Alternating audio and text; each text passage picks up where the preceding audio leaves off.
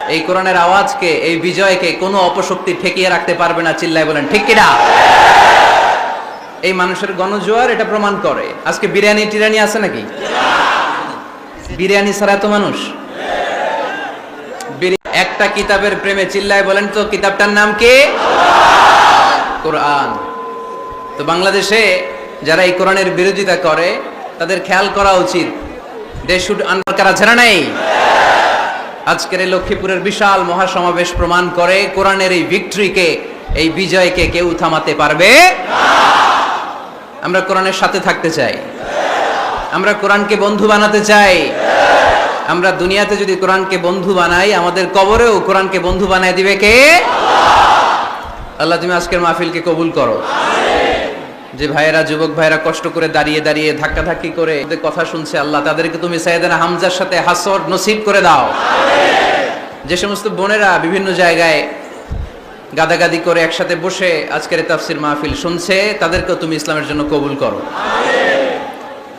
ঐতিহ্যবাহী মাদ্রাসাতুল বানাত আল ইসলামিয়া ফাজিল ডিগ্রি বিরাহিমপুর বানাত এতিমখানার উদ্যোগে আজকের এই বিশাল তাফসিরুল কোরআনের মাহফিল। আজকের এই প্রোগ্রামে কথা বলেছেন হাফেজ মাওলানা মোহাম্মদ হাবিবুর রহমান যুক্তিবাদী সাহেব, কথা বলেছেন হযরত মাওলানা নজরুল ইসলাম আসরাফি সাহেব। আসরের সালাতের পর থেকে আরো অনেক ওলামায়ে হযরত এখানে কথা বলেছেন। যারাই কোরআন থেকে কথা বলেছেন, নিঃসন্দেহে সত্য কথা বলেছেন, হক কথা বলেছেন। এই কথাগুলো যেন আমরা আমাদের জীবনে পালন করতে পারি, আল্লাহ তুমি তৌফিক দান করো। যেহেতু গ্যাদারিং খুব বেশি, আলোচনা হবে অল্প।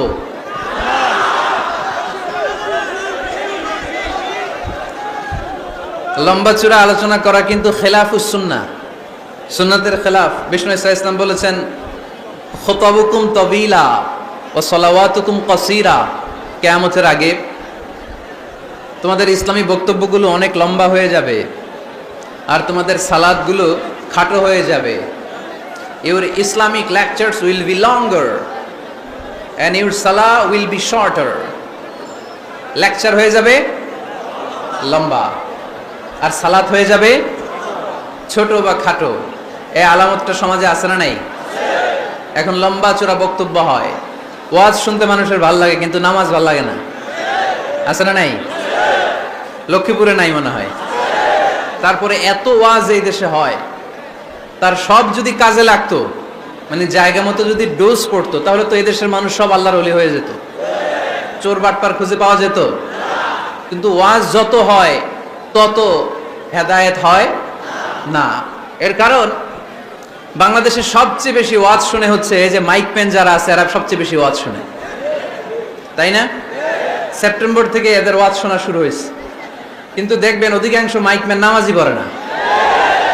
আজকের মাইকম্যানের কথা বলতেছেন, ও পড়ে,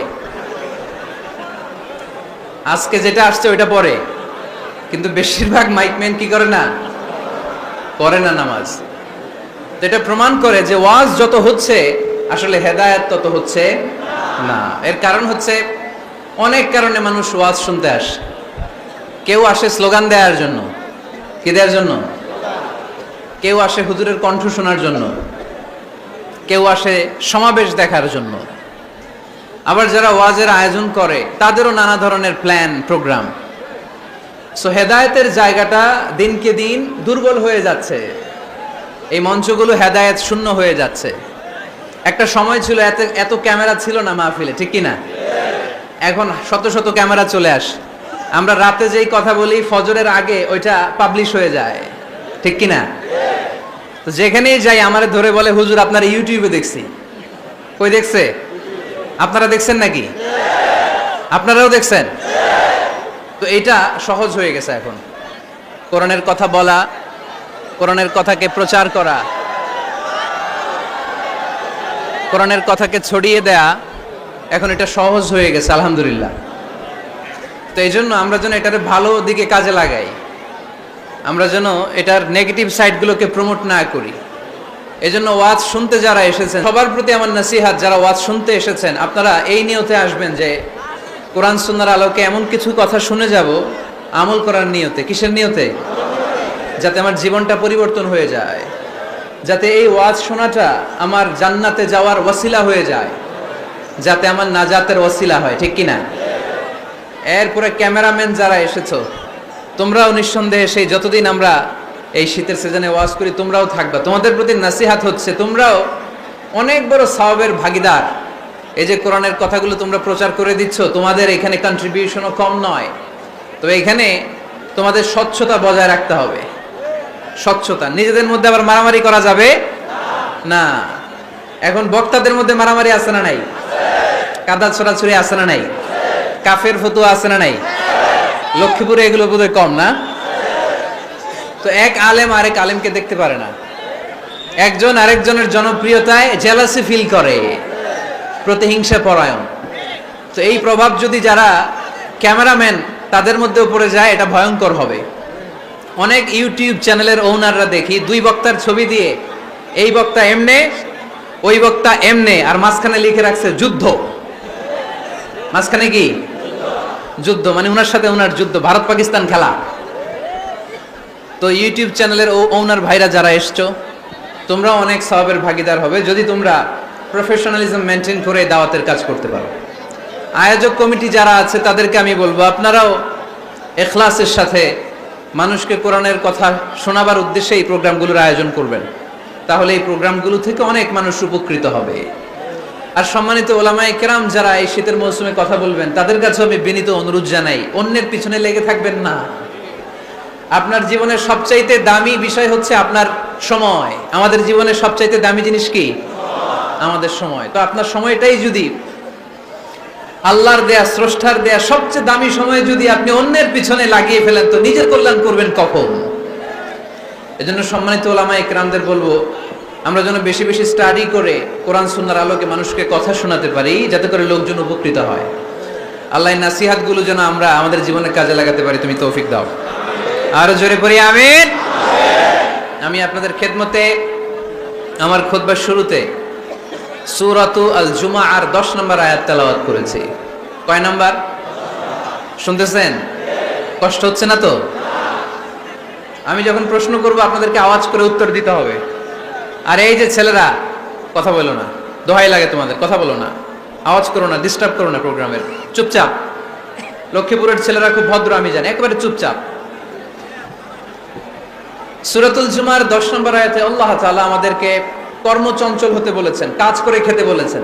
কাজে লজ্জা নেই, লজ্জা অলসতায়। কাজে লজ্জা আছে?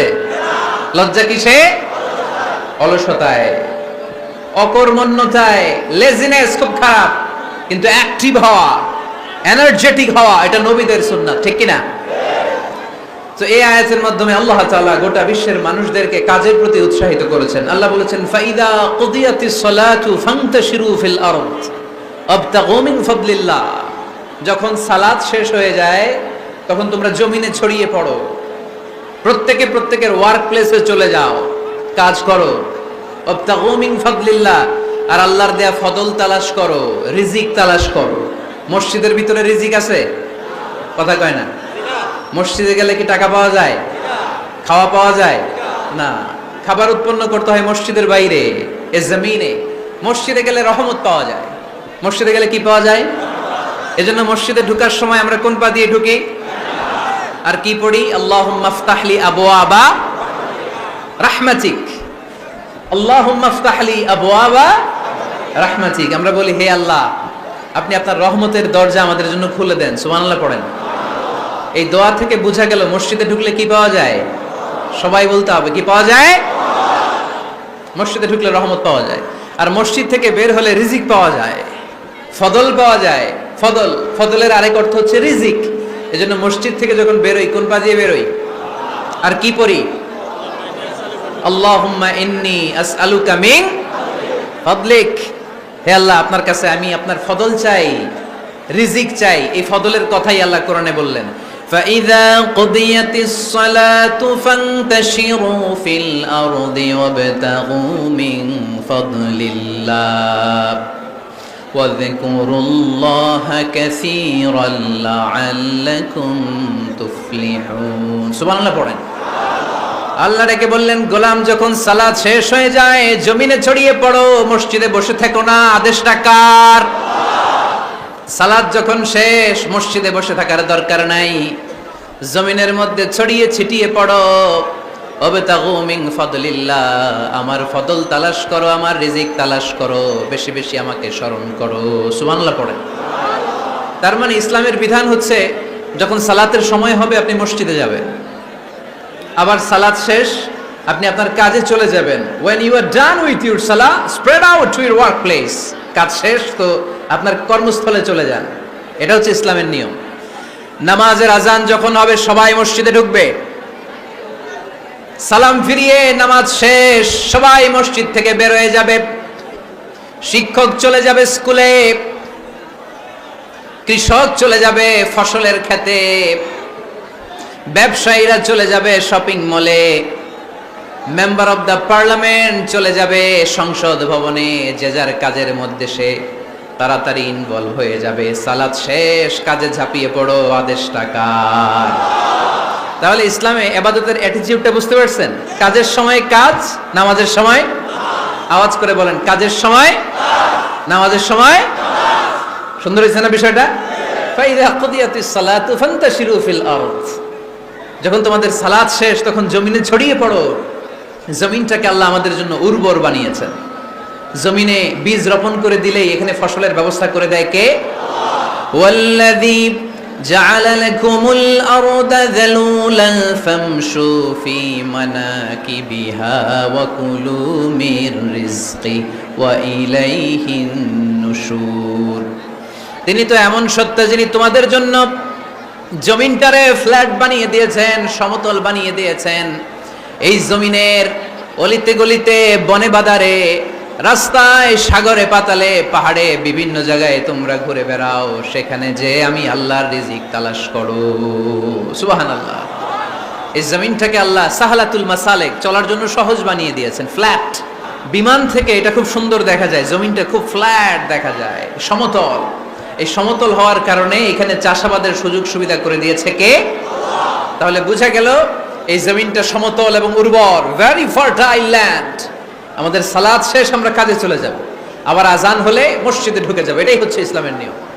সাইয়েদনা ওমর ফারুক যখন মসজিদে নববীর ইমাম, তিনি ইয়ামান দেশের কিছু লোকদের সাথে সাক্ষাৎ করলেন। কোন দেশের? ইয়ামান, যুদ্ধ বিধ্বস্ত একটা দেশ এখন।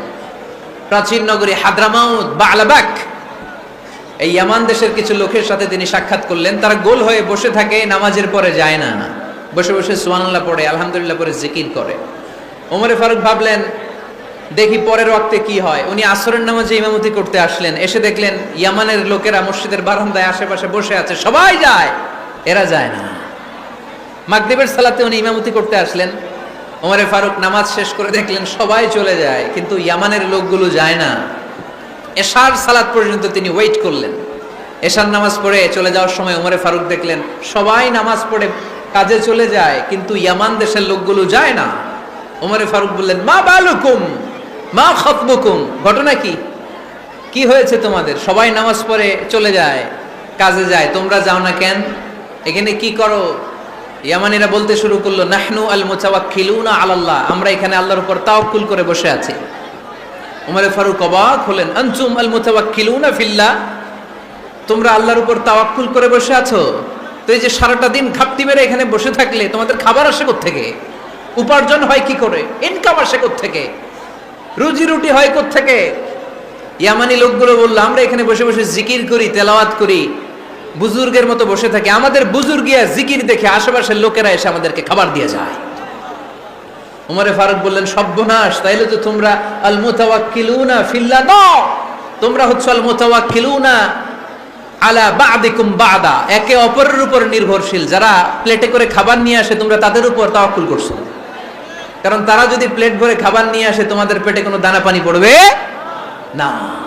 তোমরা আল্লাহর উপর মুতাওয়াক্কিলুনা আলাল্লাহ নও, তোমাদের সাধ্যের সবটুকু করার পরে তারপরে তোমরা তাওয়াক্কুল করবে। কি সুন্দর ইসলাম! এক সাহাবী বললেন, ইয়া রাসূলুল্লাহ, আমি ওটে চড়ে এসেছি, তো আপনি তো আমাদেরকে তাওয়াক্কুলের ওয়াজ করেছেন, আমি ওটের রশিটা গাছের মধ্যে না বেঁধে যদি শুয়ে থেকে আল্লাহর উপর তাওয়াক্কুল করি, ওটটা থাকবে না? বিশ্বনবী বললেন, না, তোমার ওট থাকবে না, আগে রশি দিয়ে ওটটা বাঁধো, ইআকিলহা সুম্মা তাওয়াক্কাল আলাল্লাহ, আগে টাইট করে রশি দিয়ে গাছের সাথে ওটের রশিটা বাঁধো, এরপর আল্লাহর উপর তাওয়াক্কুল করো। এইটার নাম তাওয়াক্কুল। চিল্লায় বলেন ঠিক কিনা? আপনার পার্টটা আপনার করতে হবে। আপনার যে রোল, এই রোলটা প্লে করতে হবে। আপনার সর্বোচ্চটুকু করার পরে আমরা তাওয়াক্কুল করি একজনের উপর। চিল্লায় বলেন, তিনি কে?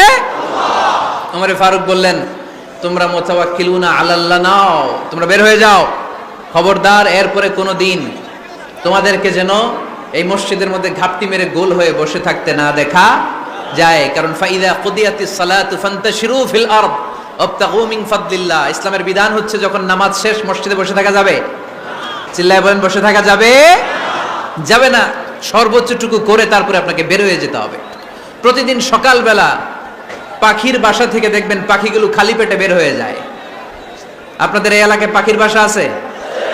কি পাখির বাসা আছে? হ্যাঁ, সব পাখি আছে। তো সকালবেলা দেখবেন পাখির বাসা থেকে পাখিগুলো খালি পেটে বের হয়ে যায়। বিকেল বেলায় পাখিগুলোর ওদর পূর্তি করে পেট ভর্তি করে আবার পাখির নিড়ে ফিরিয়ে দেয় কে? কারণ পাখিগুলো তাওয়াক্কুল করেছে কার উপর? পাখিগুলো তাওয়াক্কুল করে যদি পাখির নিড়েই বসে থাকতো, ওদের পেটে খাবার আসতো? কথা বলেন। বিশ্বনবী এটাই বললেন, তাকদু খিমাসান ওয়া তারুহু বিতানান।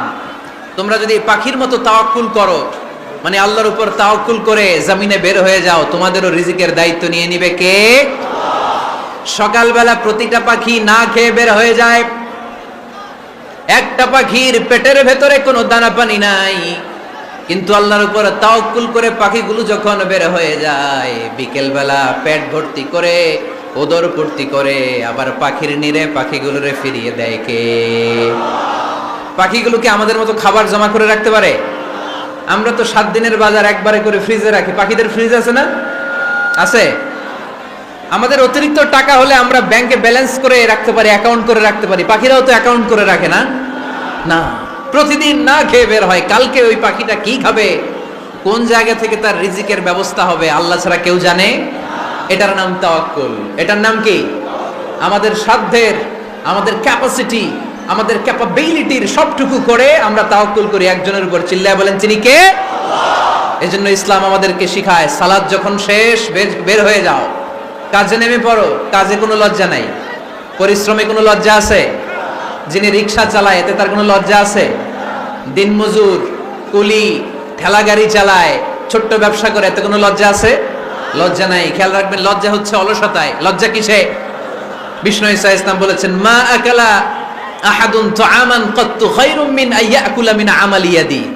নিজ হাতে উপার্জিত খাবারের চেয়ে, অর্থের চেয়ে শ্রেষ্ঠ খাবার পৃথিবীর কোন মানুষ কোনোদিন ভক্ষণ করে নাই। চিল্লায় এখন সুবহানাল্লাহ। শ্রেষ্ঠতম খাবার নিজ হাতে উপার্জিত খাবার। ঘাম জড়িয়ে যে অর্থ উপার্জন করা হয়, যে ইনকাম করা হয়, এটা হালাল। আর হালাল খেয়ে দোয়া করলে কবুল করে কে? এজন্য খেটে খাওয়া মানুষ, শ্রমজীবী মানুষ আর মেহনতি মানুষদেরকে বিশ্বনবী খুব ভালোবাসতেন। তারা বিশ্বনবীর বন্ধু আর বিশ্বনবী ছিল তাদের বন্ধু। সুবহানাল্লাহ পড়েন। এত ভালোবাসতেন বিশ্বনবী খেটে খাওয়ার মেহনতি মানুষদেরকে। সব সময় বিষ্ণু ইসলাম তাদের জন্য দোয়া করতেন। এজন্য যারা খেটে খায় তারা কপালওয়ালা, তারা মুস্তাজাবুদ দাওয়া। তারা কি? মুস্তাজাবুদ দাওয়া মানে এমন ব্যক্তি যে ব্যক্তি দোয়া করতে দেরি হয় কিন্তু দোয়া কবুল হতে দেরি হয় না। আপনারা এখানে ব্যবসা করেন কে কে? দেখি তো, হাত তুলেন তো। ব্যবসা, মাশাআল্লাহ, অনেক ব্যবসায়ী আছে তো দেখি।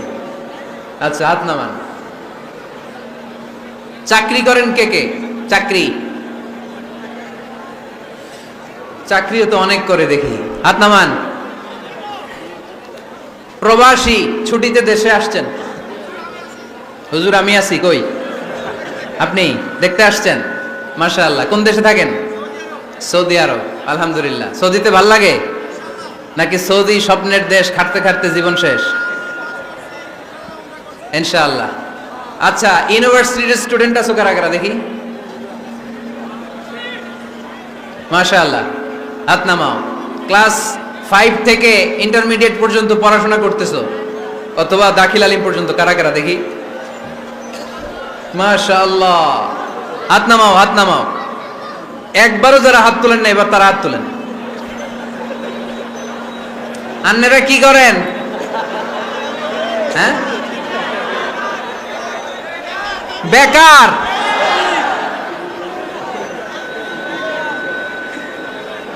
বাংলাদেশে চাকরির বাজার খুব মন্দা, ঠিক কিনা?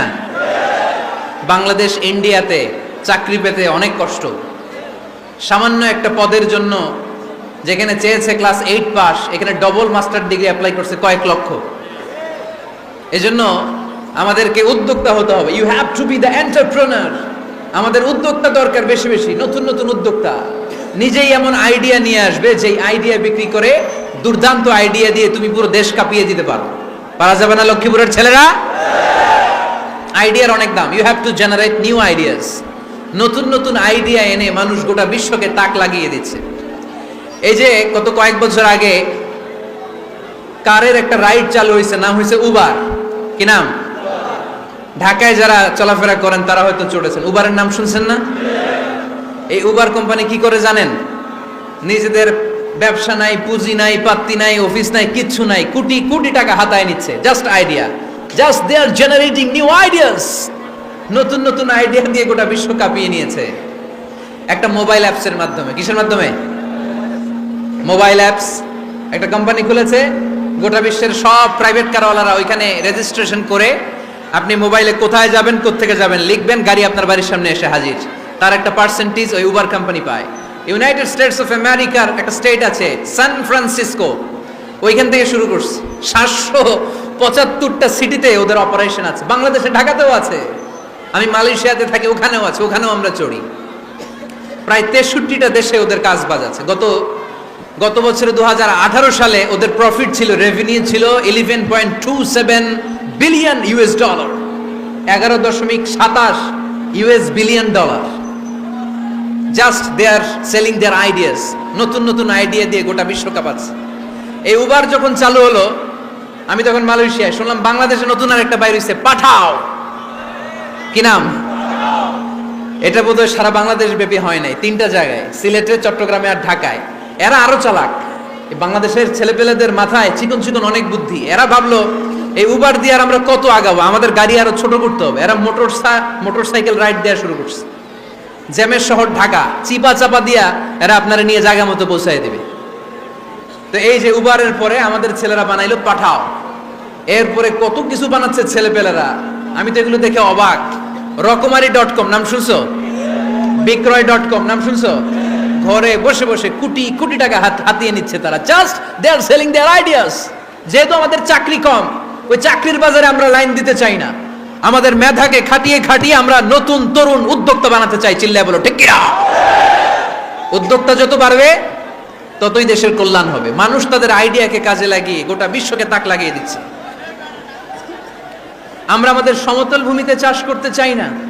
মালয়েশিয়াতে একটা এলাকা আছে ক্যামেরুন হাইল্যান্ড, ওরা পাহাড়ের মধ্যে চাষাবাদ করে গোটা মালয়েশিয়ার খাদ্যদ্রব্যের অভাবকে মুক্ত করে দিয়েছে।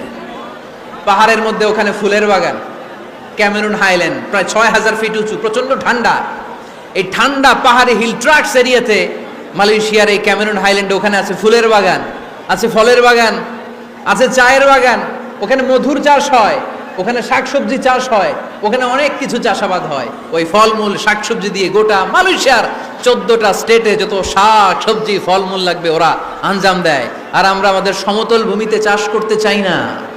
আমরা চাষাবাদকে খুব লজ্জা মনে করি। এটা ভুল আইডিয়া। আমাদের যে এলাকা যেই জিনিসের জন্য বিখ্যাত ওইটাকে আমাদের ব্র্যান্ডিং করতে হবে। লক্ষ্মীপুর কিসের জন্য বিখ্যাত? নারিকেল সুপারি। নারিকেল সুপারি যে পৃথিবীর কত মানুষ, ইন্দোনেশিয়ান লোকেরা মুড়ির মতো খায় নারিকেল আর সুপারি।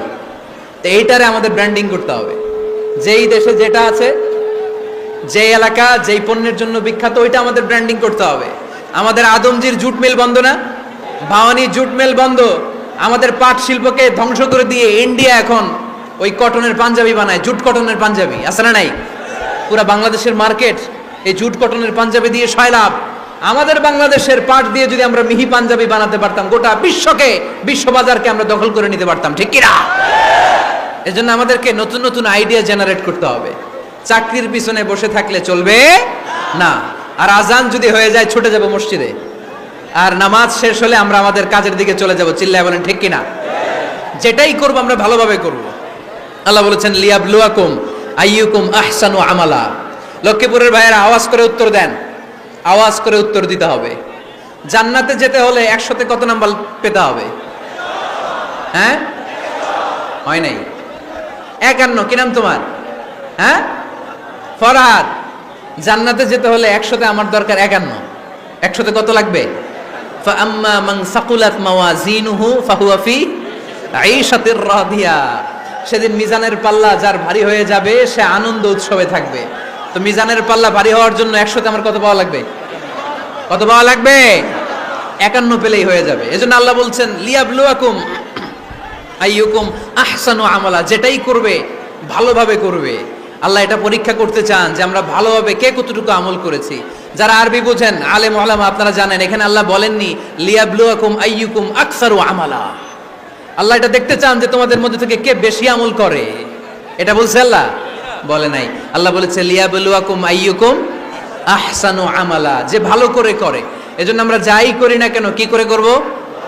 আওয়াজ করে বলতে হবে। কেমন করে করব? যে কোনো কাজ করো না ভাই, যে কোনো কাজ করো তা যেন হয় সবার চেয়ে সবচেয়ে সুন্দর। পড়েন, যে কোনো কাজ করো না ভাই, যে কোনো কাজ করো তা যেন হয় সবার চেয়ে সবচেয়ে সুন্দর। পড়েন, যে কোনো কাজ করো না ভাই, যে কোনো কাজ করো তা যেন হয় সবার চেয়ে সবচেয়ে সুন্দর। হোক না সেটা পড়া লেখা, রঙের ভাষায় ছবি আঁকা। পড়েন, হোক না সেটা পড়া লেখা, রঙের ভাষায় ছবি আঁকা। হোক না সেটা সামান্য কাজ কিংবা মহত্তর, তা যেন হয় সবার চেয়ে সবচেয়ে সুন্দর। যে কোনো কাজ করো না ভাই, যে কোনো কাজ করো তা যেন হয় সবার চেয়ে সবচেয়ে সুন্দর। চিৎকার করে বলেন ঠিক কিনা? আমরা যেটাই করি না কেন এটা ভালো করে করার দরকার আছে না নাই? এজন্য কাজে আর শ্রমে কোনো লজ্জা নাই। লজ্জা হচ্ছে অলসতায়। লজ্জা কিসে?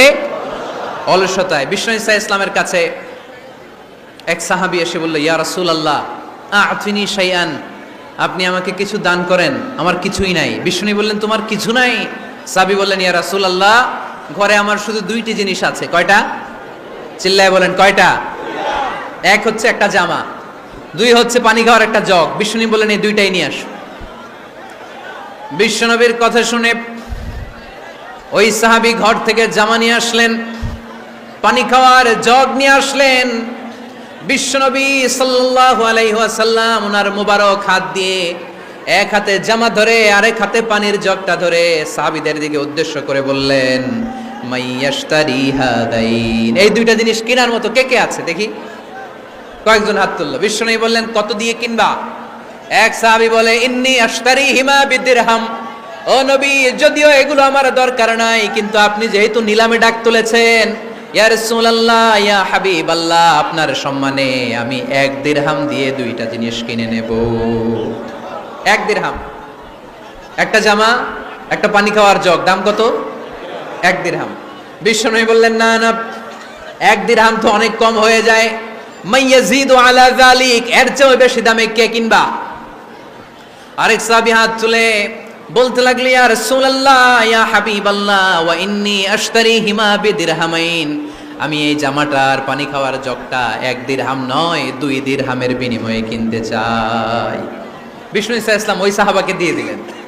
দিয়ে 2 দিরহাম নিয়ে যে লোকটা ভিক্ষা করতে এসেছিল তার হাতে 2 দিরহাম দিয়ে বললেন, যাও 1 দিরহাম দিয়ে ঘরে খাবার কিনে দিয়ে আসো, আরেক দিরহাম দিয়ে একটা কুঠার কিনে নিয়ে আসো।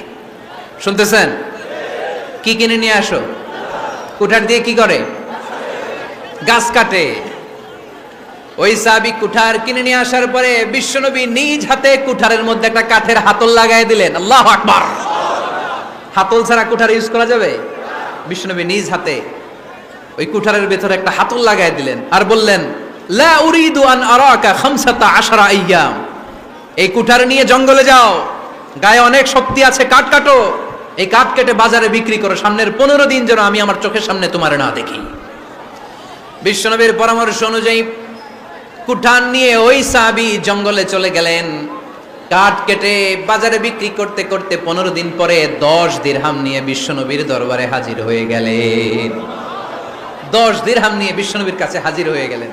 সাহাবী এসে বলল, ইয়া রাসূলুল্লাহ এখন আর আমার ভিক্ষা করা লাগে না, আমার গায়ে অনেক শক্তি আল্লাহ দিয়েছে, আই এম ভেরি এনার্জেটিক, আপনার দেয়া বরকতের কুঠার দিয়ে আমি কাঠ কেটে কেটে স্বাবলম্বী হতে শুরু করেছি।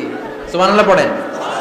আমি এখন 10 দিরহামের মালিক। বিশ্বনবী বললেন, লা আইয়াহতাতিবা আহাদুকুম হুজমাতান আলা যাহরিহি খায়রুম মিন আইয়াসআলা শাইআন ফায়ু'তিয়াহু আও ইয়ামনাহু। যাদের গায়ে শক্তি আছে তারা ভিক্ষা না করে কাঠ কেটে পিঠে সেই বোঝা নিয়ে বাজারে বিক্রি করা অনেক ভালো। কারণ কারো কাছে যদি তুমি হাত পাতো সে দিতেও পারে, নাও দিতে পারে। আর কষ্ট করলে কষ্ট কোনোদিন বৃথা যায় না। চিল্লায় বলেন ঠিক কিনা? বিষ্ণু ইসা ইসলামের অনুপ্রেরণায় এই সাহাবা অল্প কিছুদিনের ব্যবধানে স্বাবলম্বী হয়ে গেলেন। What is the moral of the story? বিশ্বনবীর এই প্রফেটিক স্টোরি থেকে আমাদের কি শিক্ষা?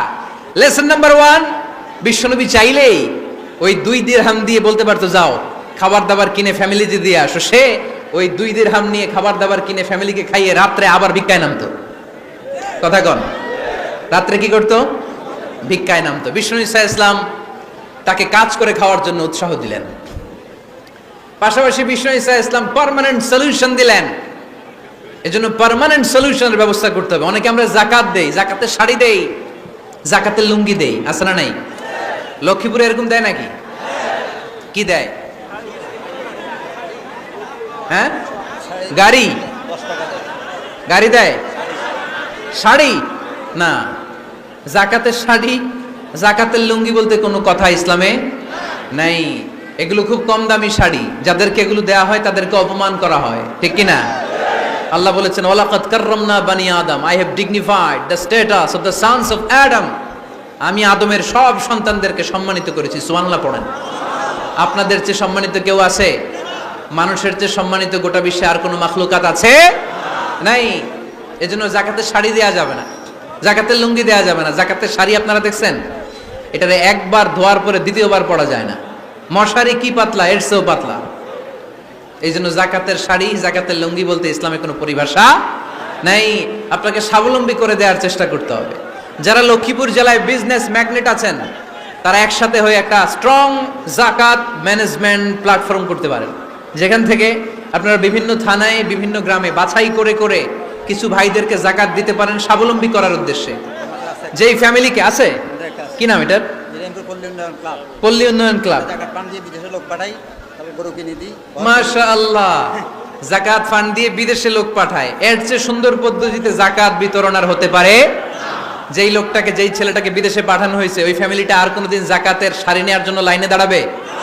যেই ছেলেটাকে ওনারা অস্ট্রেলিয়ান গাভী কিনে দিছে, দুধ বিক্রি করে যেই ফ্যামিলিটা স্বাবলম্বী হতে শুরু করেছে, তারা আর কোনোদিন যাকাতের লাইনে যেয়ে দাঁড়াবে না। এজন্য যাকাত দিতে হবে স্বাবলম্বী করার জন্য। ইসলাম আমাদেরকে এটাই শিখিয়েছে, কাজ করে খেতে হবে। কাজে লজ্জা নেই, লজ্জা হচ্ছে অলসতায়। লজ্জা কিসে? আজকের আলোচনা থেকে এটা মুখস্থ করে নিতে হবে। কাজে লজ্জা নেই। লক্ষ্মীপুরের ইয়াংস্টারেরা শ্রমে লজ্জা নেই, পরিশ্রমে লজ্জা নেই, লজ্জা অলসতায়। সুবহানাল্লাহ।